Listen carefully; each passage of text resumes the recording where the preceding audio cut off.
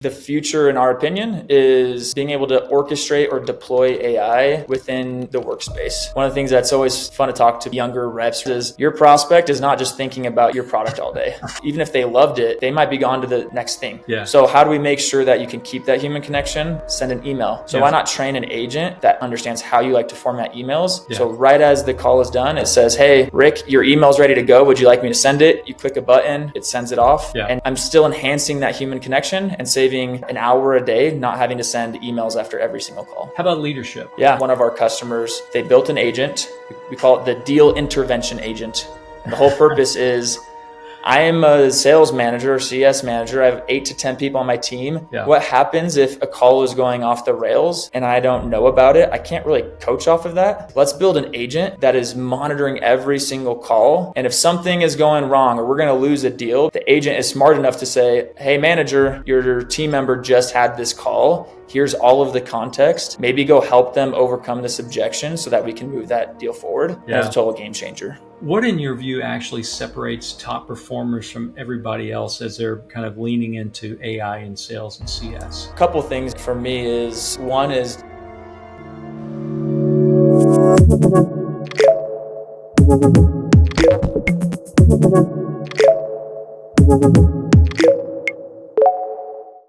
Welcome to the Future of Selling podcast, where we dive into challenges, we dive into trends, we dive into innovations, anything that's impacting the future of sales or the sales landscape. So I'm your host, Rick Smith, and I'm so appreciative you have joined us today.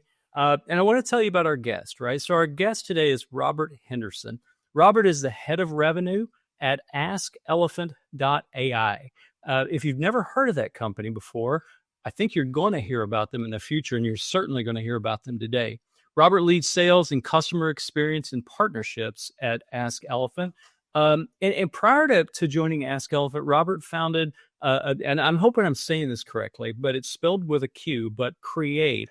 And it was an AI-powered goal achievement platform. I'm excited to find out a little bit more about kind of what drove that and why. And so I'm going to dive into that a bit.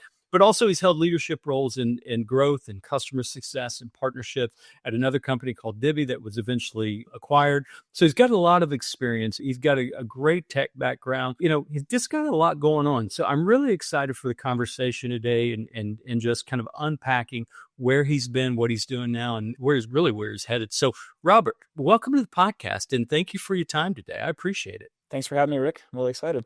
Yeah, absolutely, man. We're going to have a great conversation today. Before we get started, though, I always like to kind of, we look for fun facts about people just to give another side of you, if that makes sense. So one of the fun facts that we found out is that you speak Japanese, and you actually were in Japan for a while. And you could tell me if this is accurate. Maybe it's all inaccurate, but my understanding is you speak Japanese. You were in Japan for a while, actually serving with a faith-based organization that you're part of. You were volunteering there. How long were you there? What were you doing? Yeah, so I was there for 2 years, full-time, just doing some volunteer work. It was actually right out of high school, so I got to view a whole nother world, really across the world, and learn Japanese. And I also learned that learning a language is a skill that if you don't keep practicing, it goes away. So I used to speak Japanese. It's a little rusty now, but I had an amazing experience just immersing myself in that culture. It's very different, but learned a lot. That's really cool. So did you get to the point where you were speaking it pretty fluently while you were there, I guess? Yeah, towards the end, I had some friends there that told me, like, hey, you actually sound native. And that was the biggest compliment. So it took me a couple of years, but I finally got to where they said I sounded pretty native, which was cool. That's definitely cool. And so now I assume if they heard you, they would say you no longer sound native at all because you've been away for a few years. Yep. Gotcha. All good. Well, but what a cool experience. It makes sense that you're going to lose that after a while, but who knows? Maybe you'll get to use it again at some point in the future. So. That's the hope. Got it. Okay. Well, thanks for that fun fact. As we're doing the research on you, we came across, one of the facts that you were the creator or the founder of Create, this AI-powered goal achievement platform.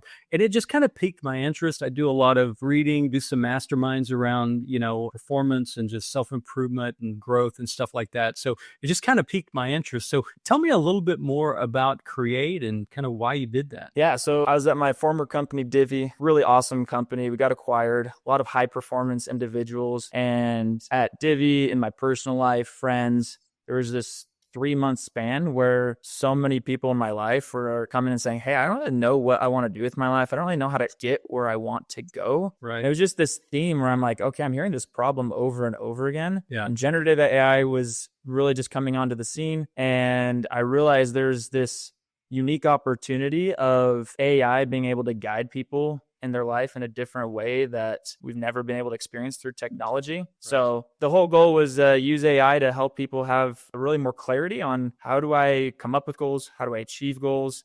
Right. How can I use technology to help with that? Yeah. Did you incorporate anything like strength finders or any other type of assessment, or was it more just a self-evaluative process that people used? Yeah, it's actually interesting. It's part of my journey to AskElephant. I ended up discontinuing that to join AskElephant because I saw a little bit better opportunity here. But the whole idea was if you can help people understand their strengths, their values, a little bit more about themselves, the AI can be more fine-tuned to them, more personalized to them. Yeah. So that was the vision originally, is help people discover a little bit more, and then AI can translate that into help you achieve your goals. Yeah, no, that's cool, which makes perfect sense. What a great use of AI. It sounds like you've kind of put that on the shelf for now, though, now that you're at AskElephant. You ever plan on being ever plan on being a founder again? I mean, did you like the experience, that kind of entrepreneurial venture, or what's your thought there? I love it. I actually, so I told Woody, our founder here, I said, hey, one of the reasons I want to join AskElephant is I actually want to go back to that original idea. Yeah. One of the great things about AskElephant is Woody has a very similar approach to AI for business. So I wanted to come here and learn from experts so then I can go help people apply it in their personal lives. So the vision is still very much alive. Fully plan on doing it after AskElephant. Yeah. So just kind of on the shelf a little bit and get some more experience and jump back. Well, I love it, man. If for no other reason, I'd love to stay connected just because of that idea. I think that's an exceptional approach and use of AI. So excited about that. Okay, well, I got my fix on Create and what you were doing there. Thank you for allowing me to go there. But tell me about AskElephant.ai. Did a little, went to the website, did some reading on it and stuff like that. You guys are doing some pretty cool stuff. So talk to me about that. What are you guys doing there? Yeah, so AskElephant is, we call it an AI orchestration platform. And really the idea behind it is the future, in our opinion, is being able to orchestrate or deploy AI within the workspace. So I'll give you a little bit of background of our belief system at AskElephant of the future, and maybe that will help a little bit. We focus specifically on revenue teams. So, sales development, account executives, customer success, implementation, the full revenue team. And as we look into the future, there are 3 fundamental beliefs that we have that are driving our vision. Number 1 is humans are still going to be talking to humans in the future throughout the customer journey. Okay. If it's just robots to robots, then we're all in trouble, I think. But we fundamentally believe there's the human connection aspect. Okay. So that's number 1. Number 2 is we really believe that people should be empowered to make decisions, and AI can help with that. It can bring data, but a core part of our role as revenue people is for the business and for our customers, making the right decisions to move everyone forward. Okay. And then the last part is beyond those 2 things, we really believe the future is revenue teams learning how to orchestrate AI agents, or these digital workers, as we like to call them, that can do human-like tasks. How do we deploy them to take everything else off our plate so we can focus on those 2 things? So we can focus on connecting with humans and focus on making decisions for our business and for our customers. Yeah. So AskElephant is that platform to deploy, orchestrate, build these digital workers that can take really all the other manual tasks that we need to do off of our plate. Got it.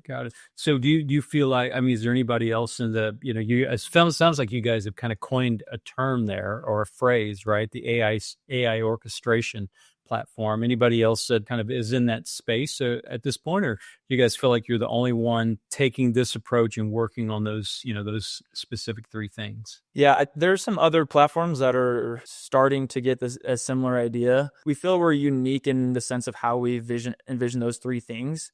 And so as other platforms, and there'll be more that show up as everyone builds, or we're leaning on our founding beliefs of those 3 things. And specifically that human connection is where we're leaning into. And we think it's going to give us a head start. It's not just about automation. It's not about getting AI in there everywhere. We actually don't believe it should be everywhere. It's Right. where can it make the humans more human? Yeah, gotcha. Yeah, you're really focusing on on the things that humans do best. It sounds like to me. How do you, kind of drilling down a little bit? I'd like to talk some about how you believe that Ask AI actually brings value to your customers, but also to their customers. So, if I'm a seller, break it down a bit for me, right? How does Ask Elephant improve my overall experience as a seller? How does it make him or her better in their role? I'll break this down to the two ways we think about it. One is the individual contributor, the seller, the customer success manager, and then number two is their leaders, and we help both. Okay. Think about the true role of a sales rep or customer success manager is to take a prospect or a customer through a journey, and that's an emotional journey of solving for pain. That is their core job in a way that expands revenue for the business. Yeah. That is the core job. Now, there are so many things that have to get done, but they're really ancillary to that core element of connect to human, transfer confidence that your solution is going to get them to a better world. And so when we break that down, it's how do I prep for a meeting to make sure that I connect with that person? That's a task that someone needs to do in order to have a good human connection, but it takes time away from actually being with that person. So AskElephant says, hey, before you get on, we'll go look at all the past interactions with this customer. We'll go search the web. We'll look at all these data sources and present you with everything you need to know before the meeting so that you don't have to spend time doing that. You can just focus on that person and solving their problems. Okay. So that'd be one example of how do we take that task away from them. Yeah. Then you can expand it to recap emails after, updating the CRM, getting coached. There are certain things that just in real time AI can help do so that you can go be with your prospect, be with your customer more fully engaged. So I get the front end on the prep, right?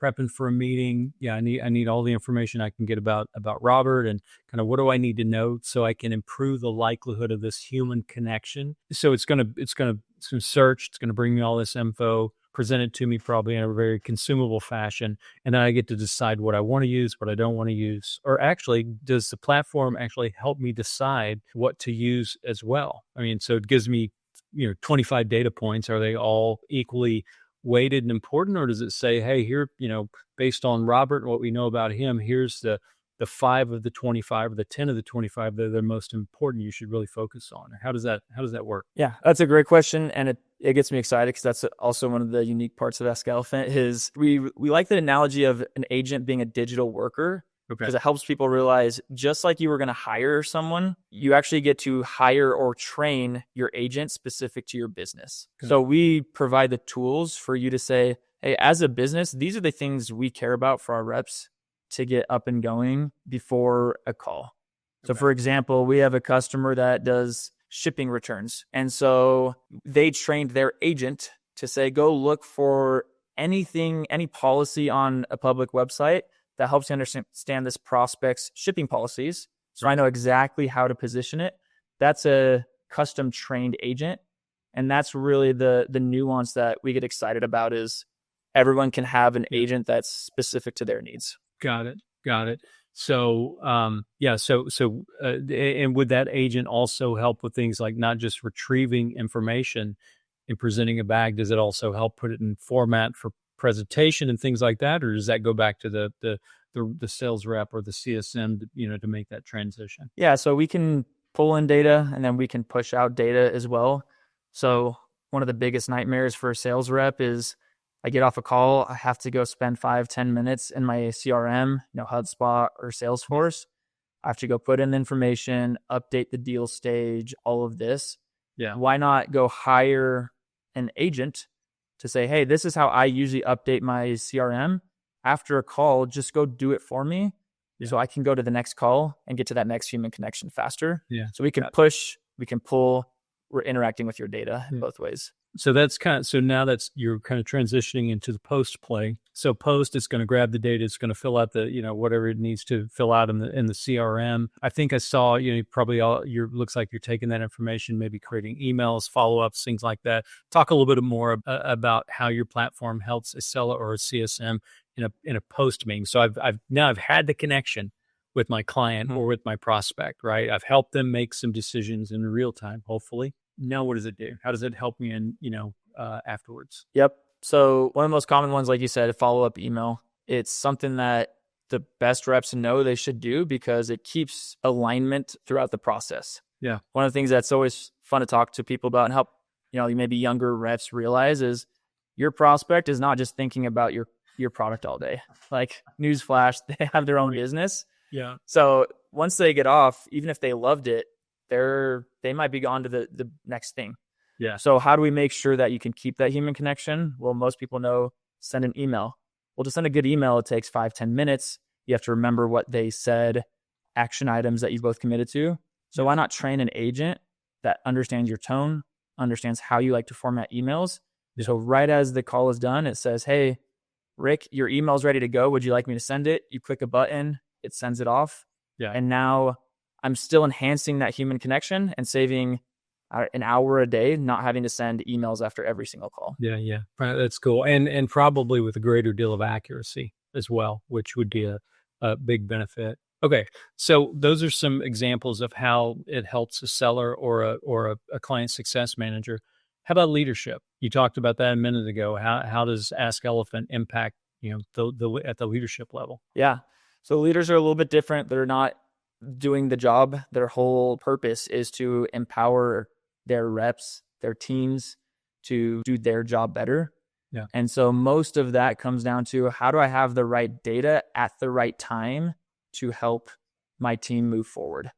And so there's two ways we think about it. One is how do I help in real time a leader understand, get a pulse of their business to help their team with what they need? So for an example here, this is one of our customers. They built an agent.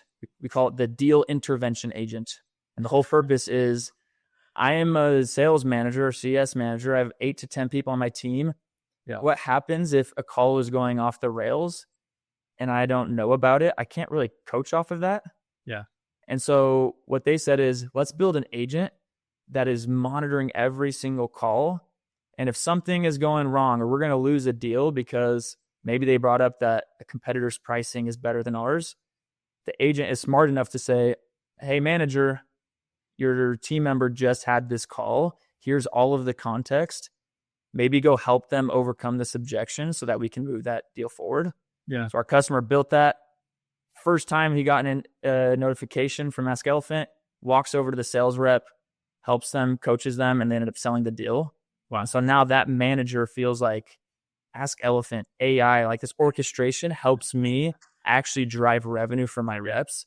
Yeah. That was a total game changer. That's really cool. So was the manager able to come in real time during the call, or was it after the call that he kind of jumped in on that example? Yeah, I love the question because it gets me excited of the future. Right now, it's right after the call. Okay. The future of AskElephant is it's going to be real time. It's going to be as things are happening.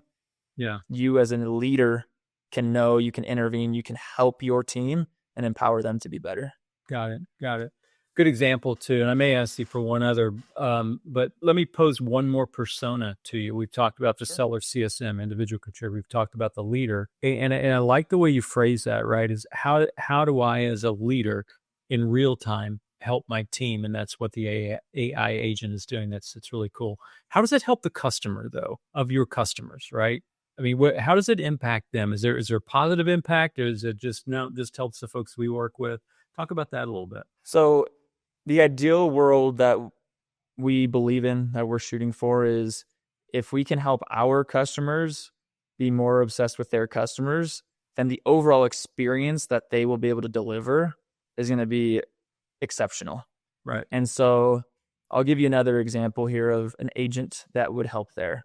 Is customers want to know that their feedback is heard. They want to know that they're partnering with a vendor that is going to keep building for their needs. And one of the the biggest issues and hardest things to do as a seller and a CSM is getting the right product feedback to your product team. You're busy. You have all these customer requests. You have a quota, but you want to serve your customer. And so that's another thing that we say, let's take that burden off of our customers so they can service their customers better. Yeah. So we have an agent that scans every single call and it stores this data to say, here are all the customer requests, issues that are coming through. So now internally, they have this repository of customer needs and they can go build a better experience. They can go provide a better service depending on their business. Yeah. And so that's how we think of it, is if we empower our customers to give a better customer journey, the natural effect of that is a more delighted customer experience for their customers. You have an example maybe where an actual customer of one of your customers has given them feedback on how the experience has improved it, or is most of the feedback just simply from the customers you're working with, like the example you gave a few minutes ago? Yeah, most of it is from our own customers, but you've given me a new idea that I want to go start seeing what we can find downstream. So that'll be my homework from this. All right, well, there we go. It's a good discussion. If you're walking away with an action item, then we're good to go, man. We're good to go. But it sounds like you're really excited about what you guys are doing some really cool stuff too. Let me ask you this though. So you kind of led, and we can certainly come back to AskElephant, and maybe this question will kind of dovetail into it actually. You've led a startup, right? A Create. You've been in kind of growth stage companies like Divvy and like AskElephant. So what lessons have you taken from those previous experiences, and how has that shaped you as you kind of try to scale at AskElephant? I'm assuming you guys got an infusion, an investor, I think not very long ago. So clearly you guys are trying to scale this thing at this point. So how have those experiences, what lessons learned did you bring from there? Probably the biggest lesson that I have to remind myself of every day is that focus and prioritization is what wins. Yeah. So when you have a big idea, when you're visionary, it's very easy to say, I see this new future. I see this new world that we want to build so that our customers have a 10x better experience of what they do. It's so easy to say, let's go build everything. Let's go do everything all at once. And that just doesn't work because you can't be exceptional at one thing. And then you can't do that all at once. And so learning from Divvy, learning from building my own startup, it was always, we want to do everything because we know we can. Yeah. And where we really found success was when we took a step back and said, what is the number one thing to focus on now? Yeah. What is the future? We can focus and prioritize other things later. But that has been the biggest theme probably in the last 2 months here at AskElephant, is AI makes it 10x more of that problem of the world is at your fingertips than even Divvy or things in the past. So we have to be ultra focused, prioritize, and get good at saying no. Yeah. Being able to say, that's a great idea. Let's table that for 3 to 6 months because we're hyper focused on what we're doing now. That has been a superpower that I wish I would have learned earlier, but we are applying and growing in that capacity right now. Huge lesson learned there. Because I mean, as a leader, as a visionary, in those kind of roles, that's what happens, right? You just get overwhelmed with the many and all the things that you could do, but to be able to shrink that thing back and go, okay, I don't have to do everything. Right. But the 3 or the 4 things or the one thing that we're focused on, let's do that exceptionally well. It's kind of how you said it. Did you have a process or a mechanism to help you keep priority and keep, just that theme that you just talked about, that lesson learned? You have a way to keep that in front of you? Is it just you bring it up in meetings, or is there something like a process or something you use to prioritize? Yeah. So this is something we've been working on and we've been coming up with ideas. The one that's been working really well for me is having a company roadmap, which is pretty common. Yeah. Company roadmap from a product perspective, from just a milestone revenue perspective, where are we trying to get to? From there, work backwards to say what are the priorities as a business. But I think the layer that's really helped us is you should have a personal priority roadmap as well. Not just, hey, this is what I'm doing today, but we have public-facing personal roadmaps to say, hey, if you're interested in what I'm focusing on, you can look at my roadmap and you'll see for the next quarter, these are my priorities, the projects that I'm prioritizing. And now, especially as a leadership team, we can go discuss, we can argue, we can say, hey, is that really what you should be focusing on? Because there's more visibility and clarity into a personal priority roadmap that aligns with the business priority roadmap. Yeah. And that small addition has been really impactful for us to be able to say, I'm going to say no to that for now, maybe next quarter, because I have my roadmap and I still believe this is more important than those things. Yeah, no, I love that. I'd never heard that phrase, a personal priority roadmap. So is that something that you just share internally with the rest of your executive team or the rest of your company? Is it shared outside your company? How do you guys think about that? Yeah, right now it's just shared internally. So specifically for the leadership team, I'm okay with even, anyone at the business to know what I'm working on. So I just have a Notion doc. I have my quarter planned out to say, hey, for the next 3 months in order, here are my priorities. Yeah. And it empowers people to say, hey, I have something that I think is more important than this, and they can point to my priority roadmap, and then we can have that discussion. It's been super helpful. Yeah. Have do you teach other people to do that, or is that something just you guys are doing? You're teaching, I'm sure you've got a team that rolls up to you. Are you trying to teach them to do this as well so that you have more kind of visibility into what they're doing? Yeah, it's really been, honestly, the last month or two that it's been a focus. So I think everyone knew I need priorities, but there was just this missing part. If I don't know what your priorities are next month, then I don't really know where you're going for additional projects. Yeah. And so that's just been the teaching of, hey, just like a customer, just like a prospect, the more you can give them clarity on what's to come, the more confidence they have. Let's do that for each other and at least have a quarter planned out. Great idea. Love it. Glad to see it's working. Hope to may try it myself. I like that a lot. Try it out. Very good. You gave me an action item, which is there we go. Good deal. So you've kind of, you built this career that really is kind of at the intersection of sales and customer success and AI. Was there anything in particular that sparked that interest in, hey, how do I bring AI into? I mean, was it just that everything's going AI and so you jumped on the bandwagon, or was there some sort of moment that you said, I really want to utilize this, whether it's in the personal performance and goal setting or otherwise? What got you going? Yeah, specifically for AI, I think what I got really excited about early on is the ability for it to understand context at a large scale and to be able to personalize that. Yeah. So I started making connections for me, it was more personal life until I met Woody, our founder, of saying, hey, everyone has personal context. They have experiences. They have things they're good at. They have goals and ambitions. What if there was something that could help take that and then personalize a path forward? Yeah. And so that's how we think about it.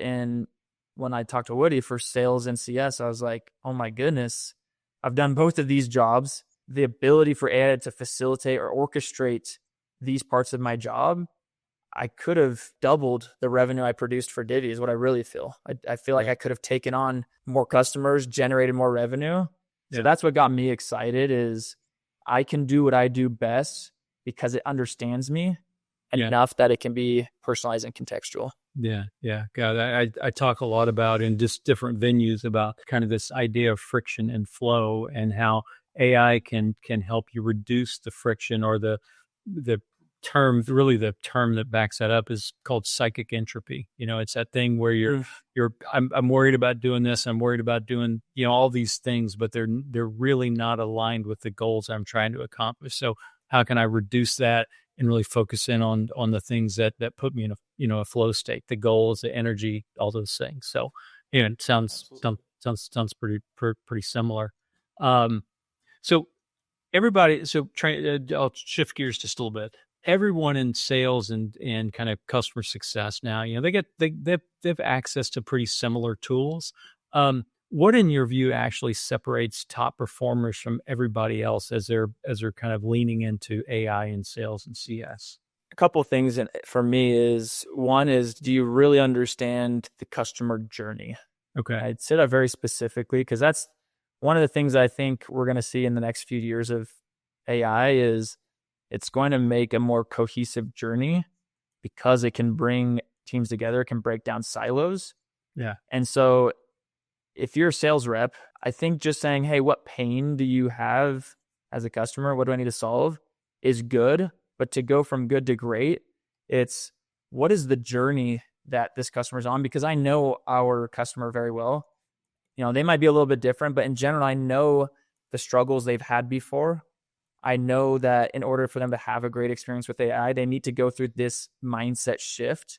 Yeah. And so I think it's a little bit deeper of those who are standing out and who are going to stand out more, understand that journey, and then can leverage what they do best into that and tell AI to do the rest. Yeah. And that kind of goes back to that focus is now as a rep, I can focus on those things. What is the journey? What is my part in transferring them along that journey? And then I'm going to be the best at facilitating AI to do everything else. Got it. Okay.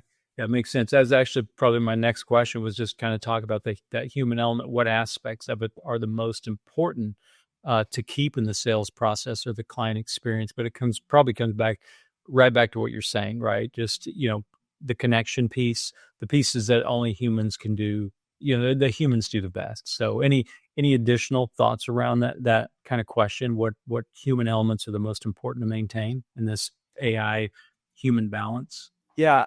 For me, the biggest one is when you talk about understanding that journey, it's being proactive and prescriptive as the expert in that domain. Yeah. And I think a lot of reps, especially maybe newer sales reps, they're taught like discovery, like you got to go discover. But it's a much more powerful experience, in my opinion, for prospect that the discovery is meshed with, they already understand me. Yeah. So it's not just, hey, Mr. Prospect or Miss Prospect, what are your biggest pains? It's, hey, I've worked with 5 other CROs just like you. They tend to struggle with X, Y, and Z. I'm curious, which one of those is the biggest pain point for you that we could really hone in on? Yeah. That human connection of either consciously or subconsciously, they think, this person understands. They've been here. They've done this. I think that's where we need to get to just every single time, because AI can bring all that data. It should make you the expert. Let's make Rick feel good, feel special that every interaction is, this person already knows my journey. Let's just keep moving forward. That's going to be a big differentiator, in my opinion, in the future. I agree with you. I've got this bias, right? That when I'm coming into a customer or a prospect discussion, that, I kind of owe it to them to a degree to come in consultative, right? Not just, again, discovery. Yes, of course, we're doing discovery, but also to come into that conversation with just exactly what you said. I've got a point of view, right? A recommendation based on what I understand about you so far. That doesn't mean that it's not a demand. It doesn't mean we have to do it this way, but to come in with an educated and informed recommendation, I think that puts you at such a stronger place as the seller or the CSM. But I think it also puts the customer in a better place, because when I'm the customer of someone else, what I'm looking for, again, is expertise. What's the best practice? Yes, I see what the data says, but what does the data mean, and what should I do about that? That's the kind of things I'm looking for. So I think that's what you're referencing is be that person that can come in with a recommendation, be proactive, be prescriptive. Is that kind of what I'm hearing? Absolutely. If you're talking to a CS leader and you say, hey, like, do you care about churn? It's like, well, duh, obviously you should know that I care about it, versus, hey, I already know you care about this thing. Yeah. I've worked with 3 other e-commerce companies or whatever they are. This is kind of a nuance I've learned. How can we help you with that? Like, those are the things where now it's, this person's a partner with me. Let's go solve problems, versus do I need to educate them on some of the basic things that they should already know? Yeah. So that's exactly it. If you're consultative, that discovery is much more of a discussion, versus sometimes prospects feel interrogated of, let me go find all of the discovery points. Yeah. I just don't think that's the way to connect with them. Yeah. Well, and it kind of comes back to, you threw out 2 things, right? AI can help you as a human better connect, and also better decision-making. Part of that better decision-making is bringing recommendations, as opposed to just, hey, here's an empty whiteboard. What do you want? That seldom ends up well. For anybody, really, when you take that approach. As leaders are trying to kind of lean into AI and infuse AI into their sales process, their sales teams, their client teams and processes, what are some of the biggest mistakes that you've seen leaders tend to make? We'll start there. Any mistakes that you're seeing people make? Yeah, I think one is thinking of it in silos, especially across the revenue team. So we are an orchestration platform for revenue, not for sales. It's for the revenue team because we believe that the revenue team coming together and having that experience is what is going to make them get into swing or get aligned moving forward. And so, when it's just a sales manager or, a VP of sales that is just thinking of this in a silo, I think they're missing the opportunity of, we are still at the beginning of AI. Like everyone always says, this is the worst it's going to be, which is awesome to think about. Like it's just going to get better. Yeah. But that means now is the time to think of a strategy as a business, as an organization. How do we make this cohesive rather than CS, sales, implementation, whoever? You guys go do your own thing, get your own tools that's still going to, expound on some of the problems we've already had of data siloed, experience differences. Like let's bring it together.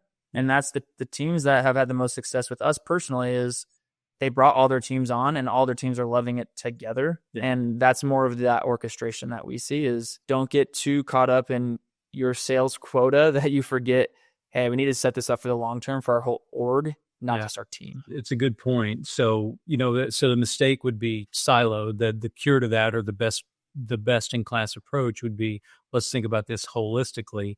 And you could see that being, and I'm assuming you work with CS, sales, marketing's probably a part of that as well.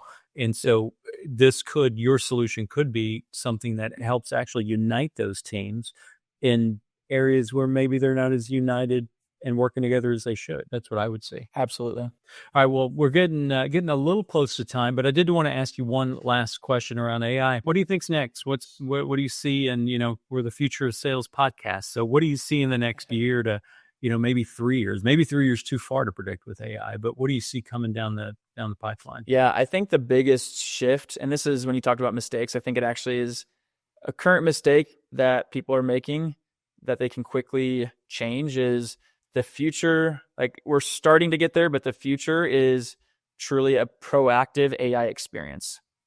And that's where agents get really exciting, is because you can train them, you can, put them into place where they are proactive, not reactive. Right now, everyone's used to, I use AI, I go and ask ChatGPT something. Yep. Well, that's incredibly reactive. That means you have to go, you have to prompt, you have to know what to do in the next situation. If you have a system that understands your customer journey, that understands your goals, and understands your business, why should it not be orchestrating in the background and then being proactive with you? Kind of like that deal intervention we talked about. That's a proactive experience of, as a sales manager, I don't have to worry about that. AI is going to come to me when I need to because I've trained it that way. Yeah. I think that's more of the future, is these systems that know, here's what sales should be doing, here's what CS should be doing. Yeah. Let's take that burden off of them to be reactive and let's be proactive. Now, that's what I'm really excited about to build, to see how other companies build as well. Yeah. There'll be a lot of great, other tools for different teams. Let's be proactive. And I think that's a guiding principle that AI is starting to get more to. Yeah. Fascinating. You think it'll be a truly proactive AI experience as we move forward. So yeah. It's incredible. Yep. Well, cool. Well, let me ask you, I always like to ask a few kind of questions as we, just about you, right? Again, just to let, people know a little bit more about you. So, who's been kind of the biggest influence in your life? It's a good question. I've had a lot of really key influences. This might be the cop-out cliche answer, but, my parents have always been the biggest influence. Yeah. And I'll tell you why is, this might've been, if you want to get deep, Rick, sometime on the create journey, maybe why I wanted to go down that route is they've been huge in helping me understand, how do I apply the right principles to make decisions throughout my life? Right. So a lot of the reason I've gone to where I am with Divvy and then Create and then AskElephant is I don't look at life as this linear path with all of these rules that you have to follow to be successful. Okay. It's a fluid experiential journey that you need the right tools to know how to make decisions when you come to crossroads, when you come to forks in the road. No one has ever been in your shoes. No one ever can be. How can they always know the right decisions? You have to have the right tools to say, what are the different principles, priorities, goals that are coming together here? How do I make a decision? I think from a young age, having parents that help me understand that has been huge for my professional career. Yeah. And it's, it's the reason why I connect with people like Woody, our founder, because he sees the world very similarly. And that foundation has gotten me where I am. That was not a cop-out answer. That was a very good answer. So what are you reading or watching or listening to right now that you feel like is stretching you, and that you'd kind of recommend to someone else to read or watch or listen to? This is one, I'm going to answer the question by not answering it. I'm not reading it right now, but I'm going to bring it up because I've brought it up to like 4 or 5 people recently. Okay. Is the book Multipliers, if you've ever heard of it, pretty common book. The reason I bring that up is I've been talking to a lot of people of that concept of your efforts multiplying others around you, and being aware of, in the book, it talks about like the accidental diminisher, the person who's well-intentioned but actually isn't helping others grow. When you talk about AI, when you talk about just business with sales, with helping people get to hitting their quota, being promoted, the things they care about, you have to be able to multiply your efforts. Yeah. I actually think AI ties into that perfectly. Is let's multiply. Let's understand the principles of how do you and I multiply ourselves across our teams, across our customers. Yeah. And so that's a concept in a book, if people haven't read, I think has been really on my mind, is how do I multiply myself, and then also help my leaders under me multiply themselves. And it's just this compounding effect. Yeah. That's really fun to try to figure out the exact way to do that. No, I love that. Yeah, it's a great recommendation. I've actually not read that book yet or listened to it, so I'm always looking for the next great read. So I'll definitely pick that one up. Last question, and I want to kind of jump into some key takeaways. But what's the biggest lesson learned that's made a bit, difference in your kind of your journey, your success in your life? You're a pretty young man to be where you're at. So what's the biggest lesson learned? For me, the biggest lesson is being in control of your life is a decision that you get to make. There's a lot of circumstances that affect life. I'm not someone who pretends those don't, affect us. They don't change things. But there's a book also. There's another book I love. It's called Design Your Life. It's came out of Stanford.